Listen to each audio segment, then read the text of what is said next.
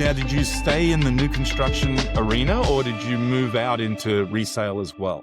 Yeah, so I stayed in the new construction arena until I couldn't. Obviously, I got started in real estate in 2004. New construction was amazing. And then obviously the crash of 2008. And I had a little bit of new construction, but it just wasn't paying the bills at the time.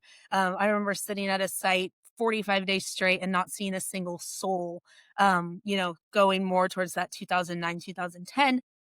So at that time, I kind of pivoted, became a Redfin partner agent. It was kind of new at the time, so I became that, um, and really started to grow my client base. And it was mainly first-time home buyers, people more my age in their early 20s and stuff, just starting to buy their first home.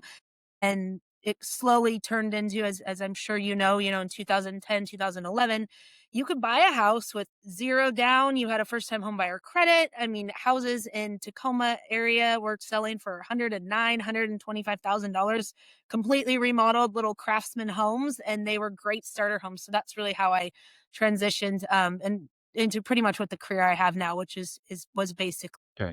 So if you look back to that time, of course, a lot of us have PTSD from 2008 through 2010, but I mean, that was a rough time in the business. And yet you had the resilience to stay in it. What were your takeaways from having experienced what really was the Great Recession? Yeah, I mean, one,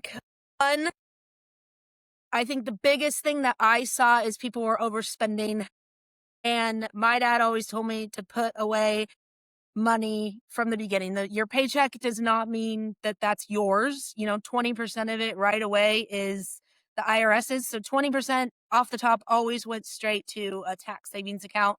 And then I always had another percentage go to savings. So I was able to financially write it out. And so I think that was my biggest takeaway is I saw so many agents brand new into the business. And if they made dollars, 1 month, they now said they made $20,000 a month, even though they'd only done it once.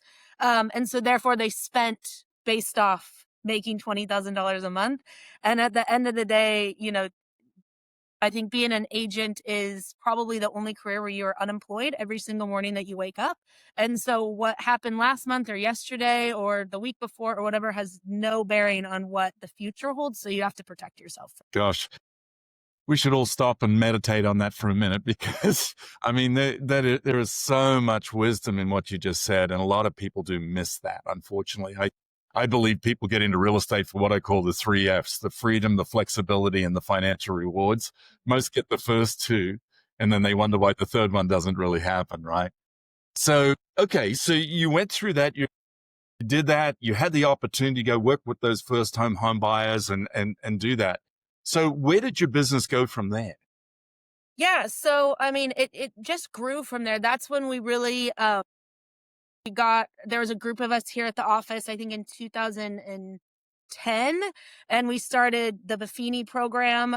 So, I mean, we just started being really, really consistent with our calls, notes, and pop-bys and following up on our database. And I mean, just doing all the old fundamental things.